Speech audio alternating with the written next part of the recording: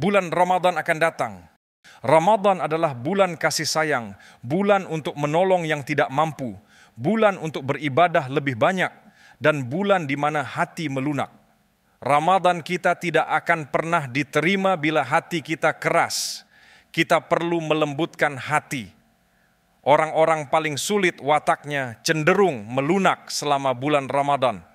Saya telah mengunjungi penjara di beberapa negara di seluruh dunia. Di beberapa negara, penjara disebut lembaga pemasyarakatan. Beberapa menyebutnya bui dan sebagainya. Tujuannya adalah untuk merehabilitasi orang setelah mereka melakukan kejahatan atau melakukan sesuatu yang salah agar muncul sebagai pribadi yang baik sekeluarnya dari sana. Orang-orang yang telah merenung, berkaca, dan mengubah hidup mereka akan dikembalikan ke masyarakat atau ke dalam komunitas agar mereka mampu untuk berkontribusi kembali terhadap peningkatan masyarakat dan komunitas. Ketika saya mengunjungi beberapa penjara ini, terutama di Afrika Selatan, cukup sering sipir selalu mengatakan, selama bulan Ramadan para penjahat ini berubah lebih baik sehingga Anda bahkan tidak percaya bahwa mereka mampu melakukan kejahatan. Semoga Allah Subhanahu wa Ta'ala membuat kita seperti itu sepanjang tahun. Inilah kenapa kita diajarkan bahwa Ramadan seharusnya menjadi sebuah latihan bagaimana Anda akan hidup selama setahun penuh. Di satu sisi, kita mengontrol asupan makanan di bulan Ramadan dan kita harus mengendalikan asupan makanan setahun penuh di sisi lainnya. Saya tidak boleh sekedar memakan apapun yang saya inginkan sepanjang tahun. Saya tidak bisa memakan sesuatu tanpa melihat apakah itu halal atau haram, diperbolehkan atau dilarang. Saya tidak bisa tinggal mengambil dan memasukkannya ke mulut saya dan berpikir, apakah kamu mengerti? Hanya itu. Kalau saya beriman kepada Allah dan hari akhir, saya perlu khawatir dengan apa yang saya makan. Apakah saya makan sesuatu yang diperbolehkan? Apakah saya membelinya dengan uang yang diperoleh dengan cara pantas dan halal? Atau apakah saya membelinya dengan uang yang mungkin kotor atau hasil curian? Atau saya mendapatkannya melalui penipuan dan sebagainya? Jika itu yang terjadi, berkah apa yang bisa saya harapkan? Apa yang saya inginkan dari Yang Maha Kuasa? Menurut Anda, energi yang dihasilkan makanan seperti itu akan menjadikan Anda seperti apa? Benarkah Anda mengira bahwa hal negatif yang masuk akan mengeluarkan energi positif? Tidak. Jadi penting bagi kita untuk mendisiplinkan diri kita sendiri. Islam adalah kedisiplinan.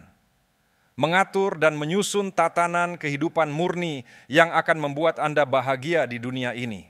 Senang, ingin segera bertemu dengan Yang Maha Kuasa.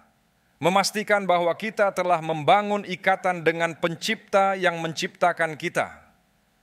Sehingga ketika kita kembali kepadanya, kita senang dan kita telah berhasil di dunia ini dan di hari akhir. Bayangkan dalam bulan Ramadan kita dimanjakan. Kita menikmati berbagai jus dan jus buah, gorengan, dan banyak yang lainnya. Sebagian di antaranya sebenarnya tidak sehat. Anda tahu itu? Sangat tidak sehat. Cara terburuk untuk berbuka adalah dengan makanan gurih. Anda tahu apa saja yang gurih-gurih? Samosa, pai, dan goreng-gorengan. Itulah cara terburuk untuk berbuka puasa. Terburuk dari sisi kesehatan. Saya tidak mengatakan dilarang. Sama sekali bukan. Kenapa banyak yang menatap saya? Apa masalahnya? Itu kebiasaan kita. Ada apa dengan Syekh ini? Pai? Saya suka pai. Sebenarnya saya bicara dari segi kesehatan. Kembalilah kepada sunnah. Perhatikan manfaat buah kurma, manfaat air putih. Pikirkan manfaat semua itu, subhanallah. Apa-apa yang sehat akan menyehatkan. Ada masalah besar lain yang kita hadapi selama bulan Ramadan. Anda tahu apa itu? Malam hari kita biasa mengqadha apa yang hilang siang harinya. Kadang itu adalah makanan. Yakinlah, kita akan makan di malam hari hingga terkapar. Nyatanya banyak yang membuncit saat Ramadan. Banyak yang semakin gemuk dalam bulan Ramadan. Semoga Allah melindungi kita. Ingat, semua ini soal disiplin. Semua ini tentang kesehatan Anda yang sudah diberikan Allah kepada Anda. Mulai sekarang, kurangi sedikit asupan makanan Anda. fa in kana wala bud fa thuluthu li ta'amih wa thuluthun li syarabih wa thuluthun li nafsih. Nabi SAW telah mengajari kita, jika kamu benar-benar ingin makan dengan baik, cara terbaik melakukannya adalah sepertiga padat, sepertiga cair, dan sepertiga udara. Ketika Anda bangun dari meja makan, di dalam tubuh Anda masih ada udara sepertiganya, Anda tidak sama sekali penuh makanan. Subhanallah. Karena kita tidak hidup untuk makan. Ingat ini, kita makan untuk hidup. Ada bedanya. Kita tidak melarang untuk menikmati makanan, nikmatilah, Masya Allah.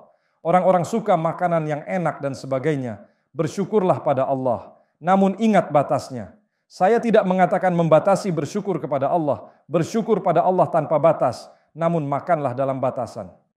Misalnya Anda suka samosa. Terutama yang ada daging cincang di dalamnya. Kadang Anda menemukan samosa yang cantik. Tapi ketika Anda gigit isinya hanya sayuran dan Anda mengeluh, oh tidak, seharusnya ada sesuatu yang lebih baik di dalamnya. Sudah lama mereka tidak memakan semua sayuran dan bahan-bahan sehat di dalamnya, namun taruhlah Anda suka yang ada daging cincangnya, lalu Anda makan 1, 2, 5, 10, 20. Apa yang akan terjadi pada Anda? Anda akan jatuh sakit. Mengapa? Bukan karena samosa itu jelek, samosa itu sangat baik. Cara Anda memakannya yang jelek, cara yang Anda pilih untuk memakannya yang jelek. Seperti daging merah. Kata orang daging merah itu jelek. Bukan begitu. Terkadang Anda membutuhkannya. Namun cara Anda memakannya yang jelek. Jika cuma makan sedikit, alhamdulillah. Tapi Anda ingin memakan seluruh sapi sendiri. Itu masalahnya, subhanallah. Semoga Allah subhanahu wa ta'ala melindungi kita. Jadi ingatlah, disiplin soal makan dan minum selama Ramadan seharusnya diteruskan di luar Ramadan. Anda juga makan dan minum setelah Ramadan, tapi tahanlah. Ingat untuk memberi mereka yang tidak punya, ingat untuk berbagi dengan yang tidak punya. Meski hanya 1 rial atau hanya 1 dolar, ingat untuk berbagi dengan mereka kapanpun dan bagaimanapun bisanya Anda. Bahkan hanya sedikit. Ittaqun nara walau bisyiqqi tamrah. Nabi SAW mendorong kita untuk berbuat baik. Beliau bersabda, takutlah dengan neraka meski hanya dengan secuil kurma. Saat kita makan, kadang kita mubazir. Sangat menggoda untuk menjadi mubazir soal makanan. Ketika ada makanan sisa di atas meja, setelah semua orang selesai makan, ingatlah untuk membuatnya berguna. Karena ada orang lain yang tidak punya makanan, titik. Semoga Allah melindungi kita. Ada orang lain yang sibuk memakan yang bagi kita mungkin tidak layak. Allahu Akbar. Ada orang-orang di seluruh dunia di tempat lain yang memakan bebijian. Anak-anak kecil, saya pernah melihat sebagian anak-anak kita di berbagai belahan dunia mengumpulkan bebijian dan sibuk memasukkannya ke dalam mulut mereka. Padahal kita di sini berlimpah makanan yang hanya dibuang. Apakah ini yang kita inginkan? Saya percaya kita bisa melakukan yang lebih baik insya Allah. Mari kita coba lebih menghargainya. Kita sebenarnya bisa melakukan sesuatu dan ingat, di mana ada keinginan, di situ ada jalan. Jika Anda serius tidak ingin membuang makanan, Anda akan bisa mengelolanya. Sesuatu yang baik bisa dihasilkan darinya. Beginilah kita diajarkan sebagai muslimin.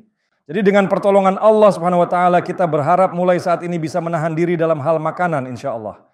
Jika Anda sudah punya disiplin itu alhamdulillah. Jika belum, Anda sebenarnya bisa melakukannya. Bukan hanya karena Ramadan akan tiba, namun karena ingin menjadi lebih sehat. Pengalaman saya, jika saya kebanyakan makan, saya merasa malas. Saya kira tubuh saya sibuk mencerna dan seterusnya. Ketika prosesnya selesai, saya merasa lelah karena pencernaan saya bekerja tapi saya tidak. Bahkan meski duduk saja, saya mulai menguap dan mulai merasa malas, lalu ingin tidur dan seterusnya. Itu sistem tubuh Anda yang bekerja. Ketika saya makan lebih sedikit, saya merasa lebih aktif. Saya ingin melakukan sesuatu. Semoga Allah Subhanahu wa taala melindungi kita.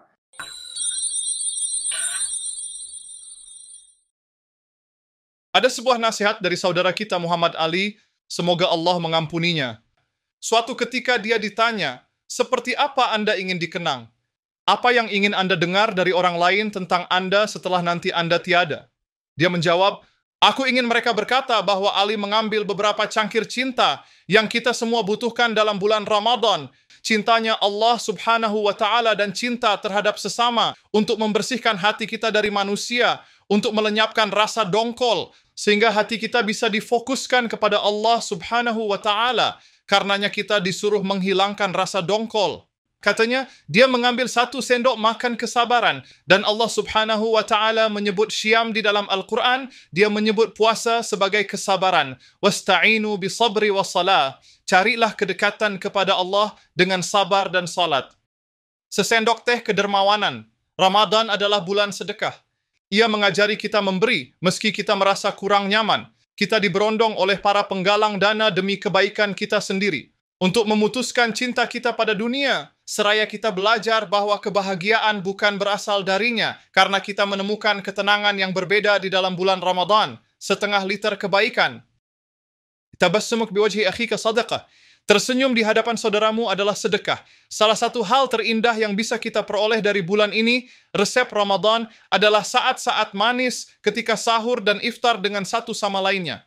Lelucon yang kita lemparkan kepada satu sama lainnya adalah halal. Ini sunnah dari Nabi SAW. 1 liter gelak tawa. Berapa banyak gelak tawa yang telah Anda bagi dengan saudara dan saudari Anda pada bulan ini? Berapa banyak momen spesial yang Anda peroleh Ramadan ini?